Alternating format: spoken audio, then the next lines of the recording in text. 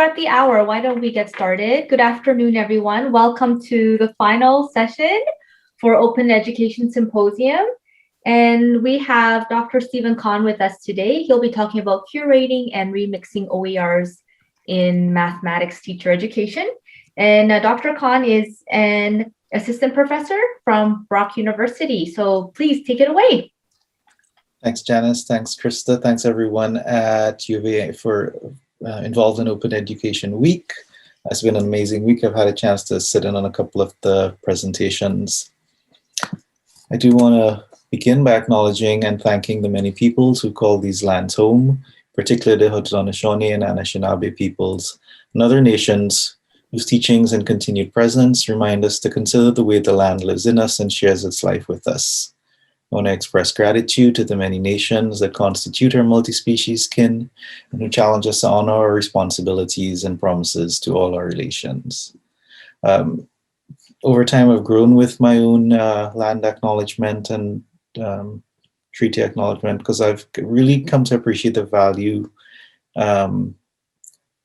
for survival in terms of depending on friendship, trust, and the collective wisdom of others. And I see that ethos as well within the open education movement. Okay, so yeah, I will share the slides with Krista afterwards. Just a quick timeline of my involvement over the last couple of years. So in 2018, I was at the U of A and got involved with the OER grant that the Center for Teaching and Learning advertised, was awarded one to look at identifying OER, reviewing open education resources, and curating open education resources with two amazing students. Carolyn Trong was an undergrad and is now a teacher in Macau, I believe, and Barbara O'Connor, who's a PhD student currently in the faculty. So we did some work over the summer. In the next academic year, we began experimenting with OERs. In the coursework, we used things like Scratch Math. We used other math routines. In addition to the required text, we began experimenting with a free or accessible text through the library. And we were working on literature reviews to understand OERs better.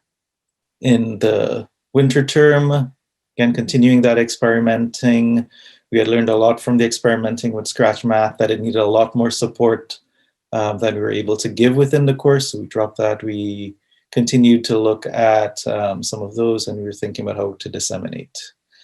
In 2019, we continued the experimenting. Now we used the accessible text through the library as the sole textbook, as the sole required textbook, and again, continued working with. In the winter term, I had responsibility for a 400 level course, so not multi-section. So we were able to do more, we were able to take more risks in terms of what we could look at.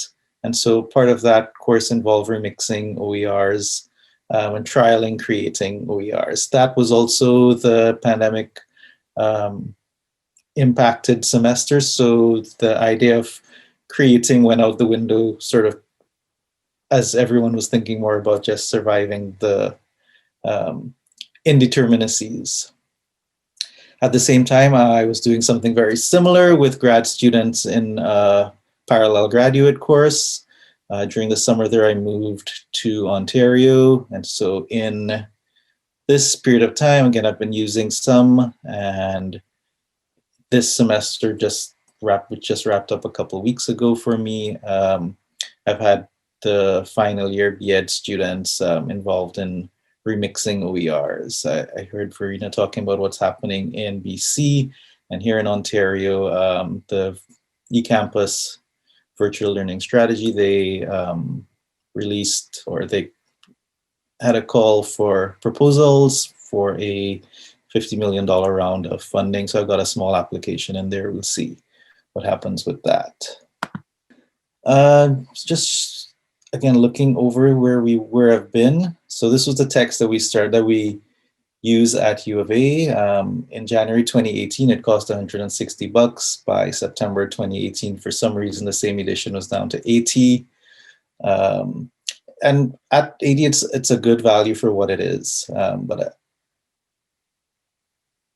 certainly at 160, I think was a bit much. Here at Brock, we're using a different text, which is at about $100 at present. But in addition to their text that teachers use in coursework, teachers spend an unknown amount of money on teacher marketplaces like Teachers Pay Teachers. And so one of the things I've been working to sort of reduce how much they spend both here on textbooks and on Teachers Pay Teachers by using OERs. At U of A, sort of the two main ones I worked with explicitly were the San Francisco United School District Math Curriculum and University College of London Scratch Math Curriculum. Again, using library texts, so these are zero cost to students. So we've been using the Zager and recently released Peter Lilladal's Building Thinking Classrooms. One of the other things has been trying to track down the books that are useful that we do have access to in our library that teacher candidates can access, and making that more accessible to them. So that's one way that we're doing that. And expanding on the types of OERs that students are engaging with. So we've got the San Francisco and UCL Open Up Resources, First Steps, Young Mathematicians, Julia Robinson, the Ontario Association for Math Education Elementary Math Curriculum Resource Project, which just launched with the new curriculum that was released last year. They didn't signal on their site whether it was open, and I did contact them and they said, yes, it was meant to be open, and so they will put the licensing on it eventually, and other things around computational thinking.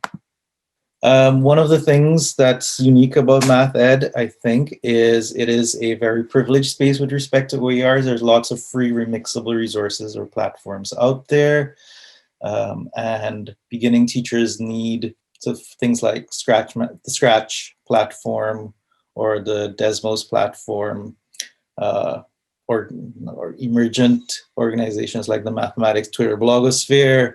This is just a snapshot of my resource Padlet showing some of what's out there. So there's a lot out there, and teachers need, unrushed developmental time to engage in some supervised curation to make sense of this diversity, to connect it with what they're learning, as they move on to create their own later on. I think as Natalie, I think in the last presentation, was talking about from the graduate student perspective. One of my main complaints is that copyright isn't always clearly signaled. So for example, in Teacher Desmos, it meets all of the criteria, but there isn't a signal anywhere saying that it's open. As an overview of what I've been up to. So we've got B.Ed students at U of A, M.Ed students at U of A, the students I've worked with here, students in Ontario. So these are the numbers. What have we been doing? Introducing OER to them, remixing, learning to collaborate. And I did hear that come up in the last presentation. And this is really significant for many students. Where and when? So sort of different formats. So in Alberta, we had face-to-face 3 hours weekly, and then some 1 hour synchronous. Here in Ontario, the course I just wrapped up was 6 hours, so 2 3-hour sessions per week, where we had 3 hours synchronous.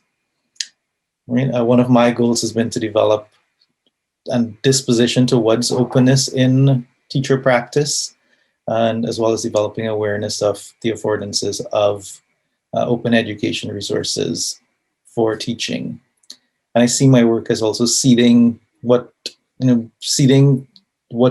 future teachers might do in their own practice going forward, having had this opportunity to work with open education resources in their teacher education degree. Some of the data would be from students' reflections, their actual remixes, and unfortunately we haven't done any exit interviews as yet, again, partly due to COVID and just the time right now. Some of the things that we've noticed, that I've noticed, again, many are being exposed to OER for the first time, even though this is the sort of like one of the terminal courses in their degree or the terminal course in a second degree. The fear of plagiarism is still something that's there. The difficulty of teamwork, which strangely was reversed a bit with the shift to online this year. And then a continued role for culturally responsive and culturally respectful open education resources. Some of the things that I did see, so students increasing their confidence in using OER, some increasing their mathematical knowledge as well, some learning about unit designs and noticing that graduate students have very different concerns from beginning teachers. This is from one student this semester, and I wanted to pop it up because I thought they had a great way of summarizing what I think has happened. So they, as part of the course, they respond to this prompt. Maureen, how does working collaboratively to remix an open education resource as a math team in a divisional or school-wide capacity support and enhance the improvement of student learning in mathematics? This is one of their final prompts. It's required, but it's not scored in their grade. So the student says, this creates a level playing field and entry point for teachers to collaborate and remix to meet the needs. So they identify there's real value in having everyone start at the same place and start with something that's well-designed and useful. Collaboration comes up a lot, but it says here, the type of work changes from production of resources to perfection of resources. Again, I thought that really hit the nail on the head, not quite perfection, but the idea of continual and gradual improvement of those resources over time. And what does that do? It gives teachers more time to teach and to teach well and to spend time with kids.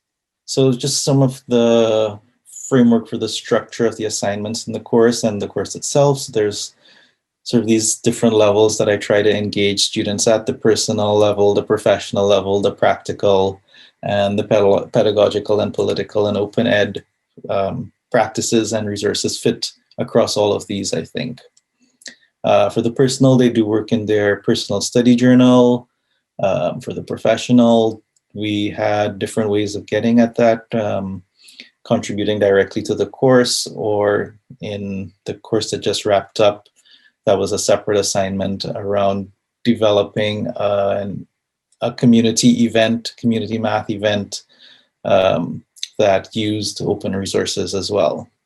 So when I think about what my goal is for pre-service teachers, I'm thinking about well-prepared, confident, capable of flourishing, and able to curate mathematics as a place of loving kindness. One of the things I said I would do in the presentation is talk about this metaphor of curating, because I think initially some of the students think about curating as equivalent to collecting, which they're really good at. We're all really good. I have lots of PDFs that I've read just the first couple pages of things. So it's easy to collect digital resources, but to curate is not just to collect, but to care for what you have collected and to be able to say something about those resources in a meaningful way. So sometimes we talk about the etymology, the origin, so this loving attention to the well-being of others, which fits well for teachers, and thinking as well of their own development, not just as teachers, but as teacher curators, as they make sense of these objects of learning that they encounter, as they experience playing with them, but they're not doing that outside of thinking about particular audiences, either classrooms that they've been in recently or classrooms that they might be in shortly, as well as their own classroom experience. I've been using Martin Seligman's Flourishing framework to think about the work that I do in mathematics education as well, his PERMA model. And so thinking about experiences that generate positive emotion, that help students form strong relationships both with the content and with each other, that give them a sense of accomplishment, they're sufficiently hard and sufficiently meaningful, and that in some ways are engaging and provide a source of enjoyment. Flourishing is also a concept that's been taken up in mathematics education, in mathematics by mathematician Francis Su, for example. And it's one of the questions that I have students engage with.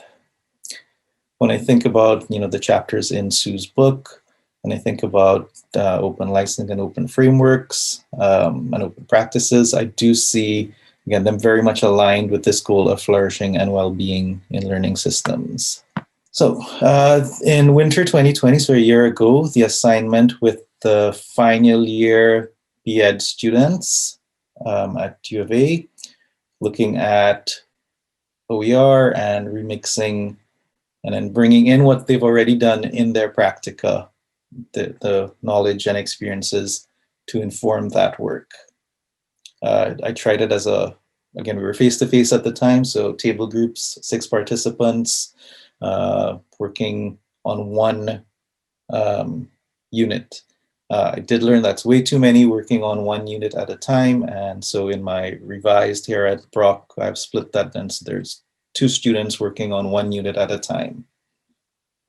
If we had been face-to-face, they would probably each have been working on a unit. So at Brock, yes, my assignments have gotten more structured and granular, sort of more clear around the expectations, providing starting resources for them to work with, providing explanation around collaboration. In January 2020, at the start of the course, Krista came in and did a session for the students around open education resources and a little bit around open education practices. And again, some students appreciated that. They weren't clear about what they could or could not use. So that was very clear. And not having Krista here at Brock, I used what I remembered and used the resources that Krista provided from the last time to introduce students to OERs as well. I wanted to share some of the student responses to the assignment. Okay, so one of the things that's very common when students start working with open education resources is they feel this dissonance between what they've been doing their entire academic careers and what open education affords.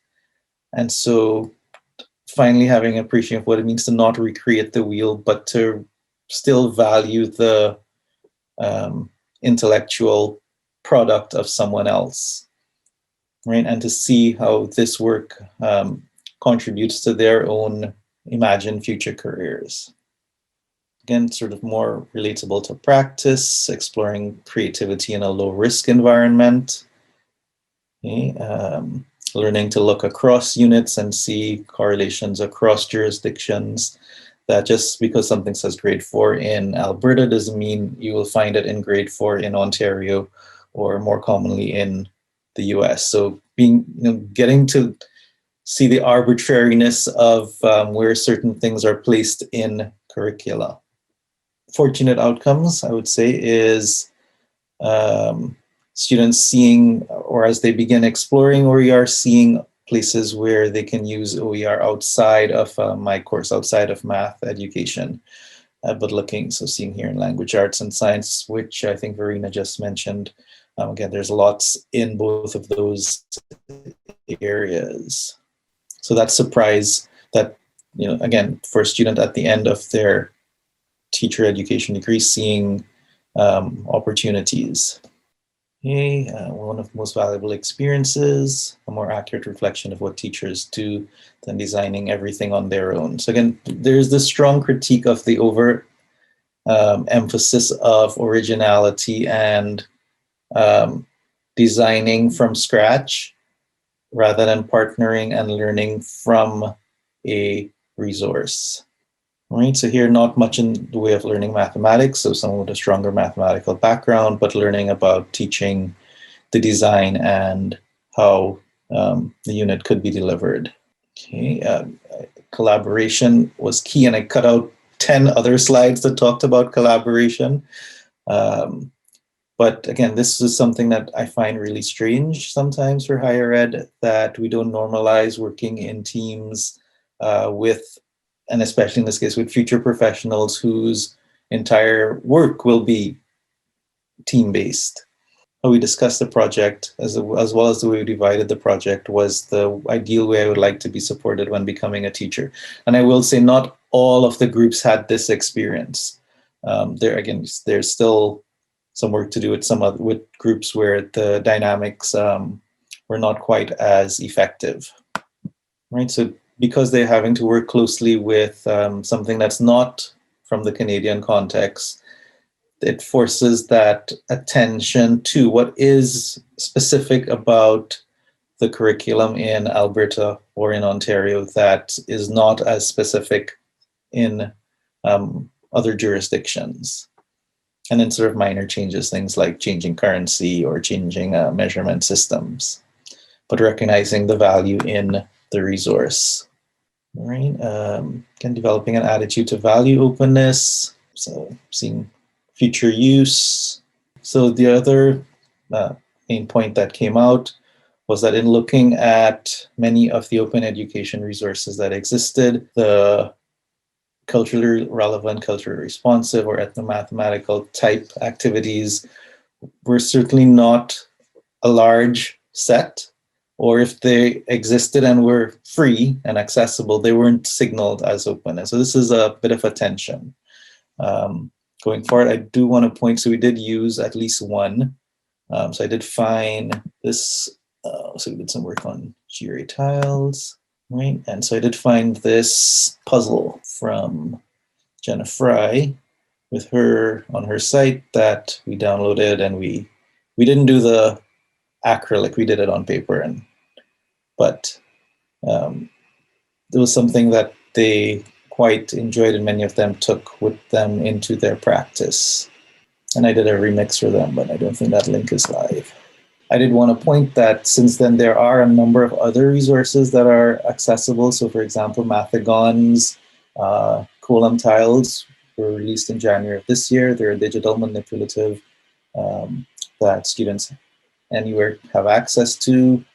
And the Culturally Situated Design Tools website, for example, has a number of culturally respectful projects and activities there, which, like things like Scratch, allows students to remix and play and understand some of the mathematics and some of the cultural aspects. I haven't used these yet with teachers. I have to, again, curate them myself and think intentionally about how I want to use them and what I want to use them for. Another one, my colleague Lisa Linney Borden, I believe at Mount St. Vincent University, shared this one with me that she's developed around Mi'kmaq quill boxes and baskets. So it's around pie. Again, same thing, I haven't used this task as yet, but it's one I'm looking forward to in the next year. Yeah, things like I've started using to explore the resource outside the requirements, so going beyond the scope of the assignment. Many of our required assignments are disconnected from the realities that we'll face. This assignment was refreshingly different, and I'm beginning to develop confidence to adapt other similar tools as well. With the graduate students, so similar tasks, they had a bit more scope. They were working individually. The graduate students were all online. And so the one that I'm showing is a remix of the design, the structure of the unit itself. The teacher is a high school teacher. They're in Edmonton. And let's look. So again, because we're working online and eventually moved to remote teaching, working with what was available. So thinking here, remixing a kindergarten unit and seeing sort of the shifts that attention needs to be drawn to. So modeling or recreating stationary objects in different orientations, multiple models with moving parts, and complex objects in different orientations. This particular student, as I worked out afterwards, would have done well by pairing with a teacher who teaches in kindergarten. What was not possible with this particular group in terms of getting an understanding of the developmental pacing and types of activities. But what I wanted to point to was the way they shifted their thinking, or the way they thought differently about the design of the unit. So rather than thinking about it and presenting it linearly, thinking about the design more fractally, more in a more network type structure. And so thinking about how would you create a resource that allowed for this fluid movement across levels and across places where you could have multiple entry points, right? So I know, for example, that he's still working on some of these ideas with Alberta Ed and with some of the open communities in Alberta and Edmonton and the ATA. And then thinking about the larger structure of units. And so this is something I'm excited for him to continue to explore, and I think he's going to keep doing that as he works through some of it, maybe not with this content. I know he's working through some of that with his high school math content and thinking about it deeply there. But this is one of the sort of, again, emergent things that came out where, although asked to work to remix a unit, remix not just the unit, but the structure, the way of thinking about how a unit might look differently for teachers and how that might impact differently on learners. Okay, these are some of the comments from the graduate students last year. So this is a math coach. Right, so just that there's a pace to the learning. So it was overwhelming at first. I didn't know where to start. As I became more familiar, I'm finding new ways to implement it. Excuse me. And the collaborative discussions that have begun continue to drive and shape our teaching. So she's using it in her practice daily. And so again, one of the differences between the finishing teacher and the teacher in practice to graduate students is this better awareness of context, better awareness of the constraints in teaching and what is needed for learners, but still needing time to do that unpacking work. The students had a greater sensitivity towards the equity dimension of working with OERs. So recognizing that there is a certain degree of inequity when your quality as a teacher is impacted by your ability to afford or access resources. And again, this goes back to my thinking around teachers pay teachers marketplace. I mean, I'm all for paying teachers and for teachers generating income that way. But the flip side is if that's our pre-service teachers or students are going to learn how to teach, that's not, it creates an unlevel playing field for assessing their learning to teach and designing and thinking about teaching. Right. So much I flirt when engaged with colleagues. Again, with the graduate course, we had a lot more opportunity to have those deeper professional conversations on a weekly basis around what would be useful or what would be less useful in an open education resource. And now to sort of the more recent, so the Brock B.Ed students' response. So I was able to add questions to my course, what do you call them there? Student evaluations of teaching. And so I'm very likely to use open education resources in my future teaching as a direct result of being exposed to them. And so about 80% agree or strongly disagree, and about 8% disagree or strongly disagree. Again, many had no idea what they were, right? Helping with locating and accessing high quality teaching resources, and again, seeing potential for their work in classrooms and lesson planning. I'm not quite seeing the value here at the disconnect and wanting a different experience from the course itself. So someone who's much further along. And so part of my thinking going forward is how to differentiate for students who are further along on their open journey and what sorts of tasks I might need for them to level up, which was a little bit of a challenge with the online this year. Again, many of them saw the assignments as promoting growth, and so this includes the open, which was a significant part, and similarly to the feedback before, seeing it as professionally relevant to what they would do in practice. I did want to show one from student Jesse, so I did a couple examples using Google SongMaker, and then he created this. So this was not part of the requirements in the course.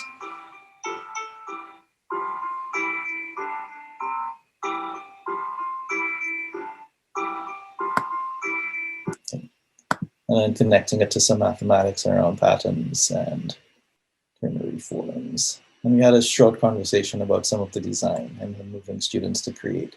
but sort of a quick creative activity that they felt compelled to do, having seen a tool that they could see a connection with what they already knew. And so part of my work is to figure out what are some of those tools and what are some of those prompts I can offer. But this was an unprompted sort of creation from the student. Last bit here. So one of the things they do, again, I think I showed this prompt at the beginning. We asked them to imagine they're in a hiring interview and to create a response to either of these prompts. And so one of the things that definitely came out very strongly this year, especially with the online, is the way that OER saves time, gives educators more time to dedicate to their students and to take care of themselves. And so taking care of themselves as an educator is not something I'd seen in the last 2 years. And then thinking about benefits and consequences of certain resources. So thinking critically about the types of resources that they're working with. Right? Again, there's lots of data around the collaboration as being an important part of this work. And so not just remixing on their own, but remixing with peers. Seeing connections across grades. Right? Because part of their work was to do this work as a school improvement team. And so making connections between the grades that they're working with. Provides access to all teachers. So again, the equity argument, but the recognition that even though it's something similar, they have that freedom and permission to be creative within that space. And then the same things, ensuring that mathematical discernments, that students are able to connect across the grades because teachers are working together to make those connections within their curriculum resources. Planning math always seemed to be so daunting because I knew you had to build on students' previous knowledge. It felt like a big task. I always felt like I had to pay for resources if I wanted support. But now I feel more prepared and less stressed. And so there's lots of things for them to rely on. Okay, again, similar to what so before, at first it was a little bit confusing, but once I understood it, I found it was useful because again, I didn't have to create from scratch and I could be more efficient.